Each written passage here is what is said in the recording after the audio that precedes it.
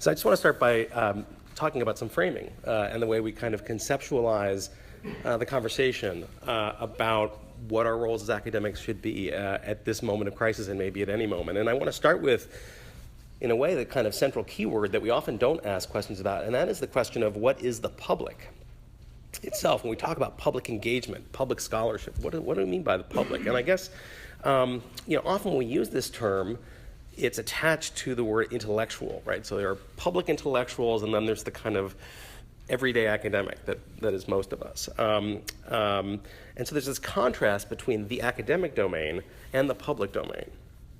Now, I think this framing, which is very conventional, it's kind of part of our everyday conversation, but I feel like it's intensely counterproductive in a lot of ways. For one thing, it discounts the public that we reach on a regular basis, or at least try to reach, as part of our everyday activities, and that is students.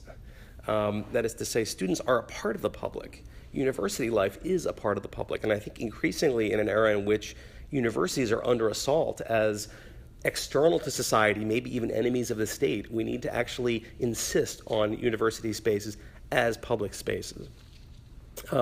That this conventional framing extracts the university from the, quote, real world. And I feel like if we draw into that vocabulary, we play into the hands of those who reject academia, reject university-based knowledge. In a way, the dichotomy trades into its own form of anti-intellectualism. It also tends to cast public engagement as something that you are rather than something you do. So there's a category of person that we tend to either valorize or dismiss because they're kind of out there as opposed to what we do in here in the university. And I think it's better to think about these questions as something that we do, it's an activity that we engage in rather than something we are. There's also a kind of nostalgia that gets brought into these discussions, that there was some bygone day when academics were in public, where people listened to them, and we as historians should be intensely suspicious of all nostalgic narratives, right? That we know better, that I'm sure that, if you tap into whatever those decades were, there's correspondence of those same intellectuals saying, why aren't they listening to us? Back in the 1890s, people really lived, right? So I feel like discarding that kind of nostalgia and realizing this has always been a struggle to connect and to communicate. And we're just engaged in the latest iteration of it. So if this dichotomy between the university and the public, I think, is not serving our interests, I think there's a better way of framing this set of relationships, which is to ask not are you in public or not, but who are you teaching history to? And what I like about this framing is that it takes the question of engagement and makes engagement with an extra university public an extension of our everyday jobs. It's an extension of our skill sets, our abilities. It's a way of taking the skills that we've honed in the university and in our classrooms on the road. But many of the same skills to reach undergraduates are, very similar to the ones that we're going to need to write op-eds, to talk to a wider public. And so I think in a way it kind of normalizes the act of engaging the broader society if we think about it as teaching, as just something that is teaching to a much broader classroom. So what I want to do today is just briefly talk about why we would want to do this, what history might be able to do, and then very briefly how we might think about doing this successfully. So first, why? Why would we sort of pick up from our intense teaching, administrative, and research responsibilities to do this? Well, I think there's a couple of different reasons. I mean, one, I think it's important to acknowledge that we often bring very mixed motives to this enterprise. Academics, like most people, feel really underappreciated. We crave recognition. We like the kind of glow of being in public. We especially want more Facebook likes and clicks than our rivals in academic debates. We are trying to sell our books, right? So the kind of classic op-ed that happens to come out on an issue the week your book comes out, right, is a staple of academic public engagement. Now, these, of course, are not terrible motives in and of themselves, and in any case, they're probably unavoidable. I do think that if these are the exclusive reasons why we want to engage a broader public, we might be better off staying in our academic offices. But if they're in the mix with other kinds of motives, they can be a very powerful force, and even a very positive force. Now, that said, I think there are some other kinds of motives, some of which pertain to scholars in general, and some of which are specific to historians. First, and perhaps most broadly and philosophically, society has invested a massive amount of resources in preparing us and training us. And so we might actually owe something back in a very abstract but also very concrete sense. Resources that could be funding Head Start programs, that could be feeding hungry people, have gone into making us scholars. And so I think on that basis alone, we owe something back to the larger society. Now, speaking about historians in general, why should historians engage in public? Well, here I think it's important to realize that while we often say that Americans hate history, that they forget history, that they're ignorant of history, and that's all true to some extent, but history also saturates public discourse in all kinds of ways that we often don't acknowledge, right? So the catchphrase, "Make America Great Again," is a historical narrative, right? The centerpiece of Donald Trump's campaign rhetorically was admittedly a completely sort of fictitious and manipulative historical narrative, right? It's a nostalgic narrative about there was once greatness, we have now fallen, I will bring you back. That's a narrative, right? That's an attempt to sell a section of the American public on a kind of history. Now, like Make America Great Again, much of the history that saturates public life is bad history, right? It's deeply problematic in factual terms, in evidentiary terms. It also leads to horrible social outcomes, especially for the vulnerable and the powerless. So that's itself an important reason why historians need to be in public, is because history is already in public. But it's history that's often bad history and history that does harm to vulnerable people. So when do we actually step beyond the gates of the universities? Well, I'd like to suggest that there's a kind of Venn diagram that we might think about with 3 circles. One is, this is an issue I care about. There are a lot of things we don't care about that maybe we should, maybe we shouldn't. But any one of us is going to have a kind of palette of interests and agendas that really matter to us personally. And I think that should be the first circle. The second is something I'm an expert on, something that I have evidence, that I have material that can, based on my research, based on my teaching and my training, that I can bring to bear in the public arena. And the third, this is an issue in which a new historical perspective can meaningfully add to or change the terms of debate. So there are these 3 circles that I'm envisioning, and they don't always overlap in any one case. And I think, in a way, asking ourselves when we feel an impulse or a need to engage, or we're just shocked or outraged by things we're encountering in public life, does this rise to the occasion of these 3 things? Is this something that is an issue I care about, that I have an expert sort of investment in, where if I engage, it will make a meaningful difference potentially? Now, some additional questions that I think are worth asking before we kind of step into that broader arena. One, am I qualified? And here I think it's important to realize that when we think about am I qualified, we often think about that meaning, like, have I been in those acid-free boxes in the archives, right? Like, have I done the primary document research? Am I the world's leading expert on this? And I think that, in a way, can be self-disqualifying in lots of ways.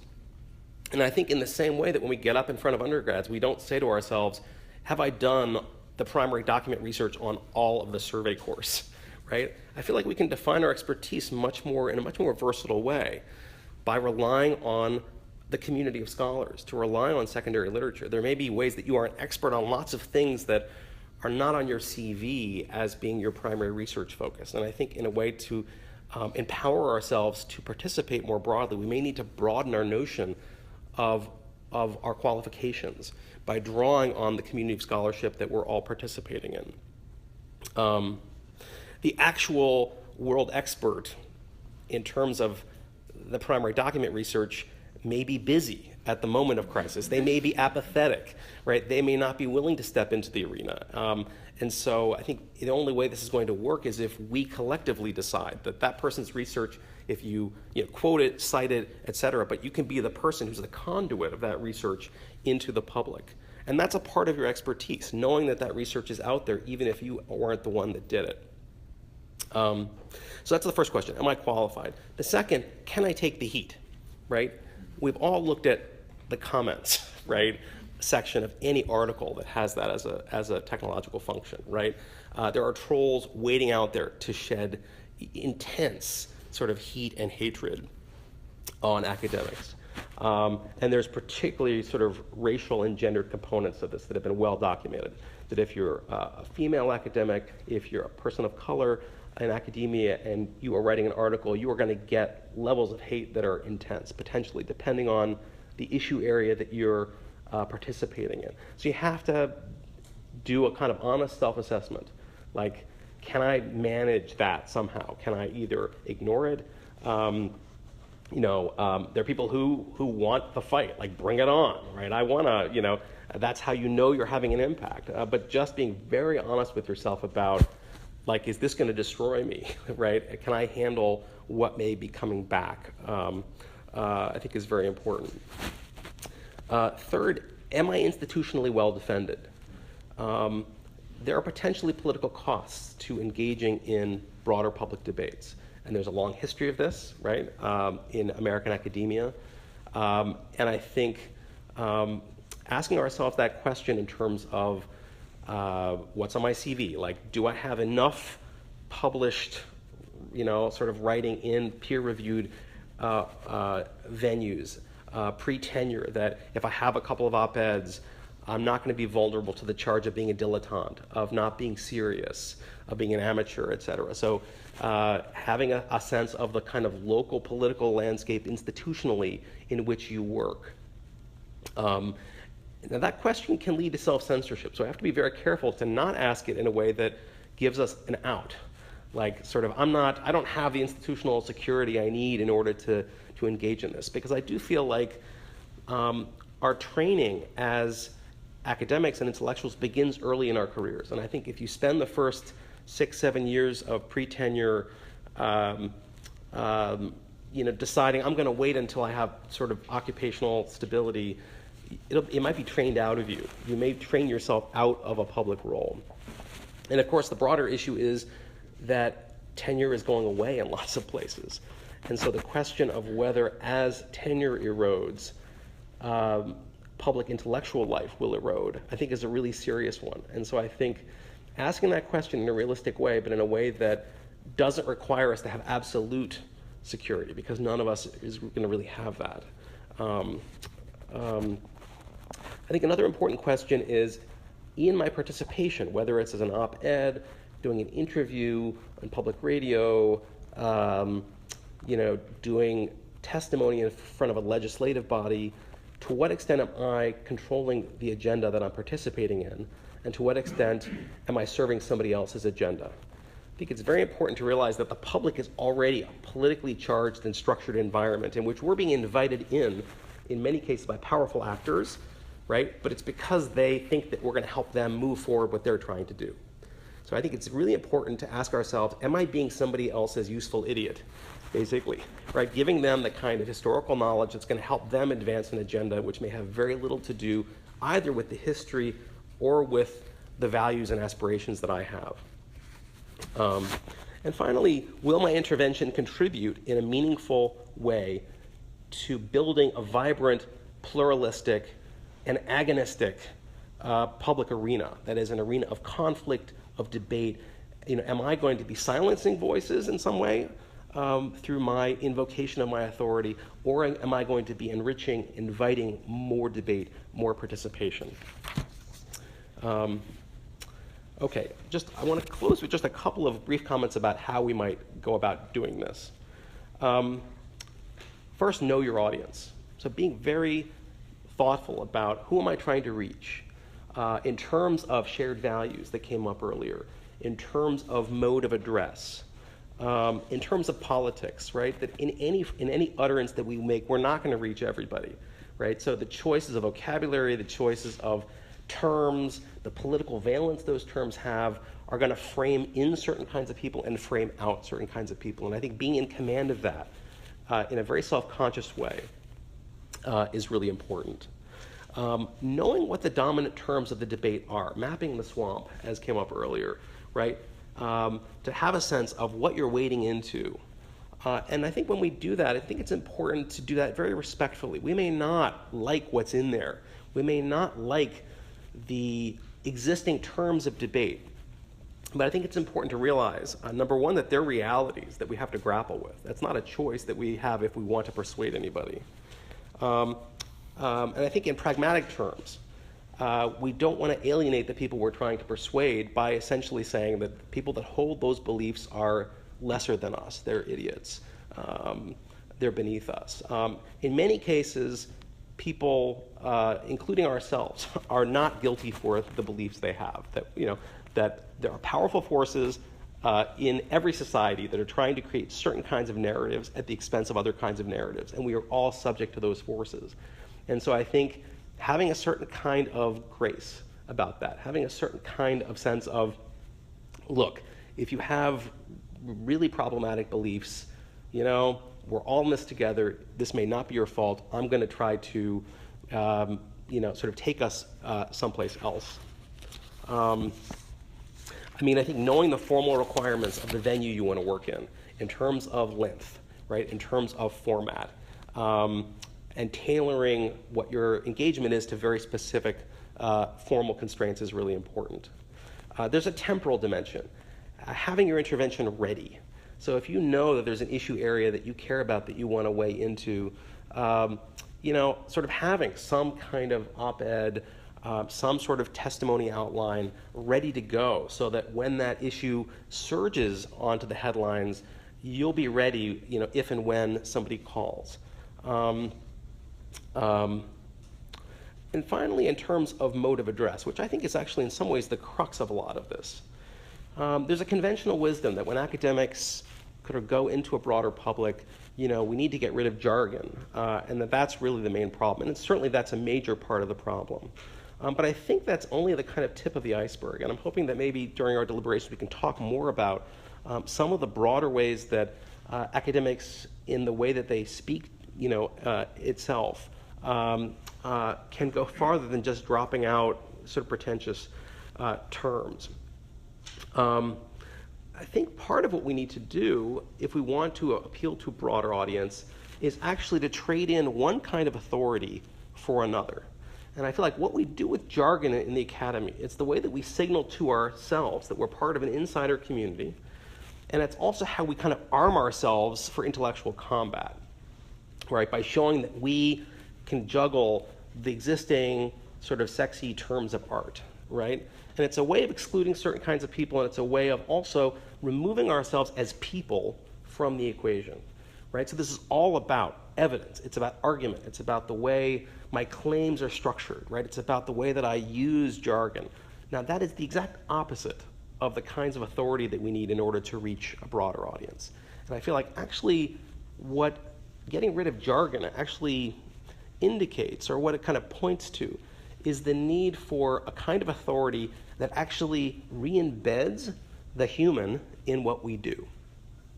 And so what I mean is that rather than kind of trying to remove ourselves as people, as thinking, feeling, social participants, as citizens from the equation, which is what kind of quote-unquote objective academic writing is supposed to do, I feel like what more public writing needs to do is to convince the reader that there's a human being who cares about an issue and who knows a great deal that's behind these words.